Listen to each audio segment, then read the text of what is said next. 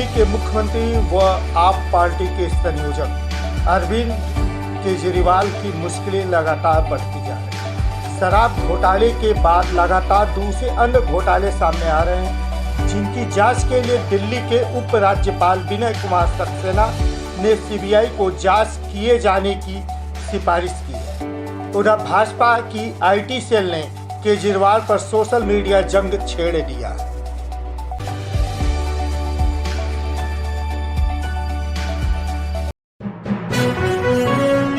आप देख रहे हैं यूनिवर्सल न्यूज टुडे। दिल्ली के उप राज्यपाल विनय कुमार सक्सेना इन दिनों केजरीवाल सरकार के खिलाफ पूरा एक्शन के मूड में चल रहे हैं। एक के बाद एक मामले में सरकार के खिलाफ सीबीआई जांच की सिफारिश कर रहे हैं। उन्होंने आम आदमी मोहल्ला क्लिनिक में अदृश्य मरीजों, नकली लैब टेस्ट करने, नकली दवाओं की सप्लाई यानी ऐसी दवाएं जो जांच में फेल हो गई के मामले में केंद्रीय जांच एजेंसी से जांच करने की सिफारिश की है। तो वहीं दूसरी तरफ एलजी ने दिल्ली में वन विभाग में 223 करोड़ रुपए के घोटाले की जांच की भी मंजूरी दी है। बता दें कि उधर ईडी ने दिल्ली के मुख्यमंत्री अरविंद केजरीवाल को शराब घोटाले के मामले में बीते कई माह से अब तक 3 बार समन जारी किया है, जिसमें लगातार 3 बार से केजरीवाल राजनीतिक समयाभाव के कारण ईडी के समक्ष प्रस्तुत न होकर उन्होंने ईडी से प्रश्न किया है कि उन्हें किस रूप में समन जारी किया गया है, गवाह या आरोपी इत्यादि प्रश्नों का पत्र भेजा है ईडी द्वारा। आइए जानते हैं सबसे पहले कि दिल्ली के मुख्यमंत्री आप पार्टी के संयोजक अरविंद केजरीवाल ने आज क्या कहा। ये भी शराब घोटाला पिछले 2 साल से ये शब्द आपने कई बार सुना होगा। 2 साल से बीजेपी की सारी एजेंसीज कई रेड मार चुकी हैं, कई लोगों को गिरफ्तार कर चुकी हैं, लेकिन अभी तक एक भी पैसे का हेरफेर कहीं नहीं मिला, कहीं से एक भी पैसा नहीं मिला। अगर भ्रष्टाचार वाकई हुआ है तो इतने करोड़ों रुपए गए कहां? क्या सारा पैसा हवा में गायब हो गया? सच्चाई ये है कि किसी तरह का कोई भ्रष्टाचार हुआ ही नहीं। अगर होता तो पैसा भी मिलता। ऐसे फर्जी केस में आम आदमी पार्टी के कई नेताओं को इन्होंने अभी तक जेल में रखा हुआ है। किसी के भी खिलाफ कोई सबूत नहीं है, कुछ साबित नहीं हो रहा, खुलेआम गुंडागर्दी चल रही है, किसी को भी पकड़ के जेल में डाल दो। अब बीजेपी मुझे गिरफ्तार करना चाहती है। मेरी सबसे बड़ी संपत्ति, मेरी सबसे बड़ी ताकत मेरी ईमानदारी है। झूठे आरोप लगा के, फर्जी समन भेज के ये मुझे बदनाम करना चाहते हैं, मेरी ईमानदारी पे चोट करना चाहते हैं। इन्होंने मुझे समन भेजे हैं। मेरे वकीलों ने मुझे बताया कि ये समन गैर कानूनी है। क्यों गैर कानूनी है? ये मैंने इनको विस्तार से लिख के भेजा है। मैंने बताया है कि उनके समन कैसे गैर कानूनी है, लेकिन उन्होंने मेरी एक भी बात का जवाब नहीं दिया। इसका मतलब उनके पास मेरी बातों का जवाब नहीं है। इसका मतलब वे भी मानते हैं कि उनका नोटिस गैर कानूनी है। क्या मुझे एक गैर कानूनी समन का पालन करना चाहिए? अगर कानूनी रूप से सही समन आएगा तो मैं पूरा सहयोग करूंगा। बीजेपी का मकसद जांच करना तो है ही नहीं।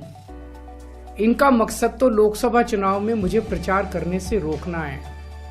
ठीक लोकसभा चुनाव के पहले इन्होंने मुझे समन भेजा है। क्यों? इस जांच को चलते 2 साल हो गए। अभी ठीक लोकसभा चुनाव के पहले मुझे क्यों बुलाया जा रहा है? पहले क्यों नहीं बुलाया? सीबीआई ने मेरे को 8 महीने पहले बुलाया था। मैं सीबीआई में गया था, उनके सारे जवाब भी दिए थे। लेकिन अब ये लोग ठीक लोकसभा चुनाव के 2 महीने पहले मुझे बुला रहे हैं। तो बीजेपी का मकसद कोई पूछताछ करना थोड़ी है। इनका मकसद है पूछताछ के बहाने केजरीवाल को बुला लो और उसे गिरफ्तार कर लो, ताकि मैं लोकसभा चुनाव में प्रचार न करूं। भाजपा के दिल्ली प्रांत के प्रदेश अध्यक्ष वीरेंद्र सचदेवा ने प्रेस कॉन्फ्रेंस कर कहा कि मुझे ये समझ में नहीं आता कि चोरी भी की है, भ्रष्टाचार भी किया है और अब हंगामा भी कर पा रहे हैं। जांच एजेंसी क्या इन्हें बताकर आएगी या जांच एजेंसी किसी को बताकर आती है? गिरगिट की तरह रंग बदलने वाले अरविंद केजरीवाल आपको जांच एजेंसी ने मौका दिया कि आप साक्ष्य रखिए, लेकिन आप भागते रहे। भगोड़ों की तरह व्यवहार आपने किया। लेकिन आज सुबह से मैं देख रहा हूं कि चोरों की बारात शोर मचा रही है, हंगामा बरपा रही है। अरे भ्रष्टाचार किया है, चोरी की है, अपनी चोरी को भी इवेंट बनाना चाहते हैं आप। शर्मनाक है आपका व्यवहार। आम आदमी पार्टी के दिल्ली प्रांत के उपाध्यक्ष जैस्मिन शाह ने केजरीवाल का बचाव करते हुए कहा कि पिछले रात को पुख्ता सूत्रों के हवाले हमें पता चला था कि ईडी की रेड होने वाली है, अरविंद केजरीवाल जी अरेस्ट होने वाले हैं। और आप इसकी पहले की एक क्रोनोलॉजी देख लीजिए। जब मनीष सिसोदिया जी अरेस्ट हुए थे तो सबसे पहले बीजेपी वाले उन्होंने कहना शुरू कर दिया था कि अरेस्ट होने वाले। ईडी ने खारिज किया था। क्या हुआ? मनीष सिसोदिया जी अरेस्ट हुए। जब संजय जी अरेस्ट होने वाले थे तो सबसे पहले बीजेपी के नेतागण बोलना शुरू कर दिए थे कि 24 घंटे में इनकी अरेस्ट होना तैयारी आप कर लीजिए। ईडी ने तब भी खारिज किया था, लेकिन संजय जी अरेस्ट हुए हैं। अब पिछले 24 घंटों से आप देखिए, समन्स जारी होने से पहले बीजेपी को पता चल जाता कि समन्स जारी होने वाला है। पिछले 24 घंटे से हर एक बीजेपी का नेता कह रहा है कि अरविंद केजरीवाल जी अरेस्ट होने वाले हैं। मतलब साफ है कि अरेस्ट का वारंट अगर निकलेगा तो बीजेपी दफ्तर से निकलेगा, ईडी बाद कार्रवाई करेगा। इसलिए हमने कहा है कि ये होना चाहिए। भाजपा के सांसद प्रवक्ता सुधांशु त्रिवेदी ने प्रेस कॉन्फ्रेंस कर कहा कि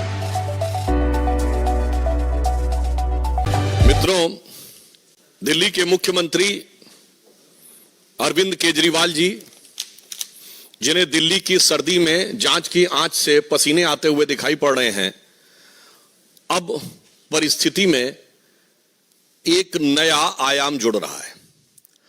अब तो जांच भी आंच के घेरे में आ रही है। अर्थात ये जो तथाकथित मोहल्ला क्लिनिक थी, इसके अंदर इन्होंने जांच की व्यवस्था की थी, यानी पैथोलॉजिकल टेस्टिंग की। अब जो विजिलेंस की रिपोर्ट्स आई हैं और जो विभागीय फाइंडिंग्स हैं, उसके आधार के ऊपर वो जांचें भी अब पूरी तरीके से आंच के घेरे में आ गई हैं। इस प्रकार के फैक्ट्स सामने आए हैं कि जो उनकी तथाकथित मोहल्ला क्लिनिक थी, मीडिया में भी ऐसी रिपोर्ट्स हैं। कई स्वयंसेवी संगठनों ने भी इस विषय के ऊपर ध्यान आकर्षित किया था और जांच में भी आया कि एक दिन में 500 पेशेंट देखे गए हैं। अधिकतम संख्या 533 है, जबकि जो औपचारिक समय है मोहल्ला क्लिनिक का वो सुबह 9 बजे से 1 बजे तक है। अब आप इमेजिन करिए कि 9 बजे से 1 बजे तक 4 घंटे में कितने मिनट हुए? 240। और अगर 240 मिनट में किसी ने 533 पेशेंट देख लिए, इसका मतलब आधे मिनट में एक पेशेंट देख लिया, जिसमें एक पेशेंट का आना जाना, डॉक्टर का उसकी बात सुनना, असेसमेंट करना, जांच का पर्चा लिखना। महोदय, मैं कहना चाहता हूं कि जब त्योहारों के दिनों में बड़ी भीड़ होती है ना, तो आप जाते हैं तो मंदिर में बड़ी भीड़ होती है। इतने सेकंड्स में तो व्यक्ति उस धक्का मुक्की में दर्शन भी नहीं कर पाता है जितने में आपके डॉक्टर ने उसके दर्शन करके रोग को समझकर रोग का निदान समाधान सब लिख दिया। यह है ईमानदारी का नया किरदार। और टेक्निकली मैं पूछना चाहता हूं, ये वो सरकार है ना जिसने कहा था कि हम सीसीटीवी का पूरा जाल बिछा देंगे दिल्ली में? तो मोहल्ला क्लिनिक्स में सीसीटीवी है कि नहीं? और अगर हैं तो उन मोहल्ला क्लिनिक में उस डेट की सीसीटीवी फुटेज दिखाइए कि 533 लोग कहां लाइन लगाए हुए थे। क्योंकि मोहल्ला क्लिनिक तो छोटी छोटी स्पेसेस में है ना, तो 533 लोग अगर आए तो सीसीटीवी फुटेज में होना चाहिए ना। बस यही सब चीजें हैं जिसकी वजह से जांच की आंच से घबरा रहे हैं। और इसमें जो प्रोसीडिंग्स में बात आई है, मैं कोट करना चाहता हूं कि necessary discipline proceedings may be initiated against the project director OLS outsource lab services। महत्वपूर्ण बात यह है कि यह सरकारी एजेंसी नहीं कर रही है, ये सब inquiry may be conducted to bring out the quantum of loss of the exchequer to the collusion of the director and support staff with the private agencies। अब जो उपराज्यपाल महोदय ने ये लिखा है और ये अब पब्लिक डोमेन में है, मीडिया में, उसके बिंदु क्रमांक 33 पे देखें तो लिखा हुआ tens of thousands of test were recommended prima facie to the ghost patient, यानी जिनका अस्तित्व ही नहीं था। यही अंतर है। हमारे प्रधानमंत्री श्री नरेंद्र मोदी जी के द्वारा हर चीज डिजिटली ट्रांसफर होती है, इसीलिए ये लोग आधार का भी विरोध करते थे, क्योंकि यदि व्यक्ति का आधार कार्ड है और डिजिटली उसके अकाउंट में ट्रांसफर हो रहा है तो उसमें किसी भी प्रकार का झोल होने की संभावना नहीं है। पर यहां पर फिर empirical data proving entry of the fake mobile numbers, blank mobile numbers of the fictitious patients, fake attendance of the doctors and fictitious data of the patient established with a widespread corruption, manipulation of the documents, forgery of the record with the sole intention to loot the government exchequer and extended under the benefit of the private parties operating at AAMC as well as the dispensaries, polyclinic and hospitals of the Delhi government. यानी अब ये बहुत साफ हो गया कि पहले आपने मोहल्ला क्लिनिक बनाई, फिर उसमें जांच, पहले मामूली जांच होती थी, फिर बड़ी जांच की व्यवस्था की, फिर वो सब आउटसोर्स कर दी। यानी कुछ कुछ वैसा ही जैसा शराब घोटाले में हुआ था, कदम कदम रफ्ता रफ्ता बढ़ाते हुए, और फिर उसमें फेक पेशेंट्स और फेक बिल रेज करने की बातें मीडिया में आ रही हैं। यानी अभी तक तो दारू का घोटाला था, अब दवा का घोटाला भी हो गया। यानी दवा और दारू दोनों में घोटाला करके कौन दिखा रहा है? स्वघोषित भारत रत्न विभूषित, जिन्होंने अपने को ही भारत रत्न दे रखा है कट्टर ईमानदारी का।